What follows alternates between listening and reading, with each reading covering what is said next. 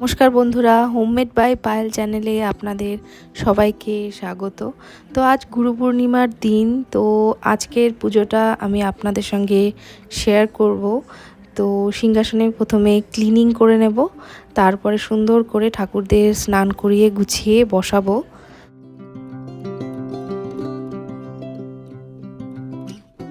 আমার ছোটোবেলা থেকেই পুজোর কাজ এবং পুজো করতে খুবই ভালো লাগে, তাই প্রতিদিনের পুজোর সাথে সাথে উৎসব অনুষ্ঠানে ঠাকুরকে একটু সাজিয়ে গুজিয়ে পুজো দিতে আমার খুবই ভালো লাগে।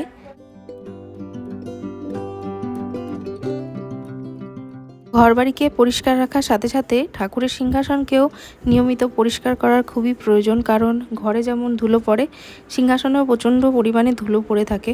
তো আমি উইকলি সিংহাসন ভালো মতো করে মুছে পরিষ্কার করে ঠাকুরকে ভালোভাবে বসিয়ে পুজো করি, তাতে সিংহাসনটাও পরিষ্কার থাকে, দেখতেও খুবই সুন্দর লাগে।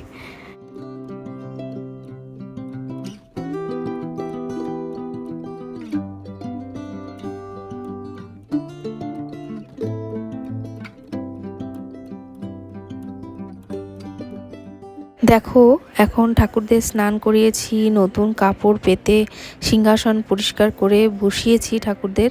কি ভালোই না লাগছে দেখতে। এখনও তো ফুল দিয়ে সাজানো বাকি, আরও খুব সুন্দর লাগবে দেখতে।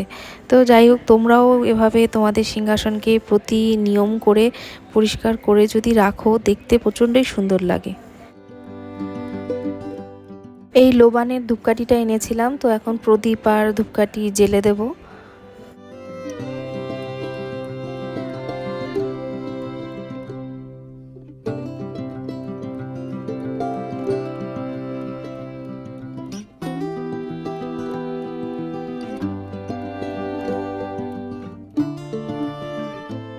এই দেখো, এক সাজি ফুল মা তুলে রেখেছে, এবার এই ফুলগুলো দিয়ে ঠাকুরদেরকে সাজিয়ে দেব। আমার বেশিরভাগ মূর্তি পেতলের। এই যে লক্ষ্মীনারায়ণটা দেখছো, এটা আমার হাজব্যান্ডের বন্ধু এবং তার স্ত্রী আমাদেরকে উপহার করেছিল আমাদের হাউস ওয়ার্মিং পার্টিতে। আর এই যে শিব পার্বতী এবং গণেশের মূর্তিটা দেখছো, এটা আমার বর বেনারস থেকে নিয়ে এসেছিল যখন আমার বর পোস্টেড ছিল ওখানে। আর এই জগন্নাথ বলরাম সুভদ্রা, এটা আবার আমি এই রথের সময় নিয়েছি। খুবই সুন্দর মূর্তিটা। আর এরম করে করে প্রায় সব মূর্তি আমার পেতলের হয়ে গেছে, শুধু গুরুদেবেরই ফটো রয়েছে। তো যাই হোক, ফুলগুলো দিয়ে নিচ্ছি। ফুল দিয়ে সাজানোর পর দেখতে কিন্তু খুব সুন্দর লাগছে। এই যে এই বালগোপালটা দেখছো, এটা কিন্তু আমার কেনা নয়, এটা আমার দিদার গোপাল। দিদা দিয়েছিল মাকে, মা আমাকে দিয়েছে।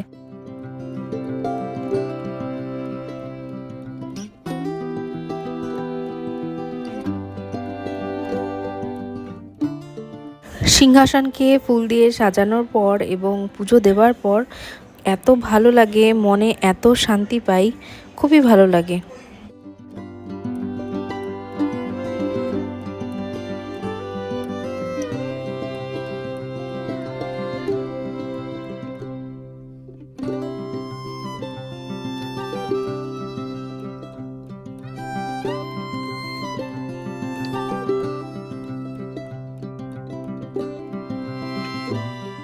আজকে ঠাকুরকে ভোগে দিয়েছি সন্দেশ আর সিন্নি। সিন্নি নারায়ণের ভোগ দিয়েছি, আর সব ঠাকুরকে সন্দেশ ভোগ দিয়েছি। আর ফলের মধ্যে ঠাকুরকে 5 ফল ভোগ চড়িয়েছি। তো তোমরা কিন্তু নিশ্চয়ই জানিও কে আজকে আমার গুরু পূর্ণিমার পুজো তোমাদের কেমন লাগলো। তো এখন আরেকটা জিনিস তোমাদের সঙ্গে আমি শেয়ার করব, সেটা হলো আমাদের কানপুরে না মিষ্টি দই পাওয়া যায় না বললেই চলে, বাট মন তো মানে না, খেতে তো ইচ্ছে হয়।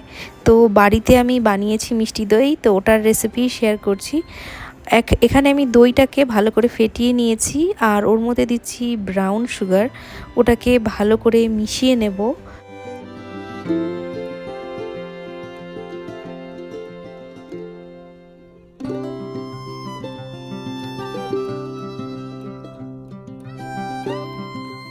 এবার টক দই ও ব্রাউন সুগারটা ভালোভাবে মিলে গেলে ওর মধ্যে অ্যাড করব আমি কনডেন্স মিল্ক বা মিল্ক মেড।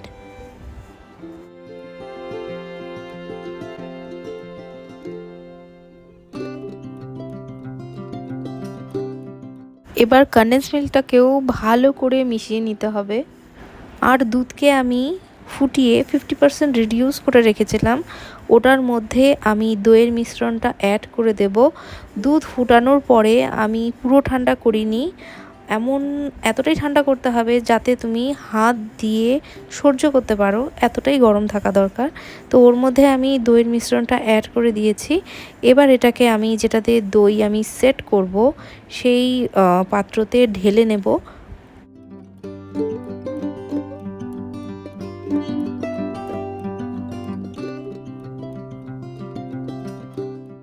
আর এবার এই মিশ্রণটিকে আমি মাইক্রোওয়েভে ফুল টেম্পারেচারে 6 to 7 মিনিটসের জন্য মাইক্রোওয়েভ করব এবং প্রতি 30 সেকেন্ডসে আমাকে ডোর ওপেন করতে হবে। এভাবে মিনিমাম 6 বার আমাকে করতে হবে।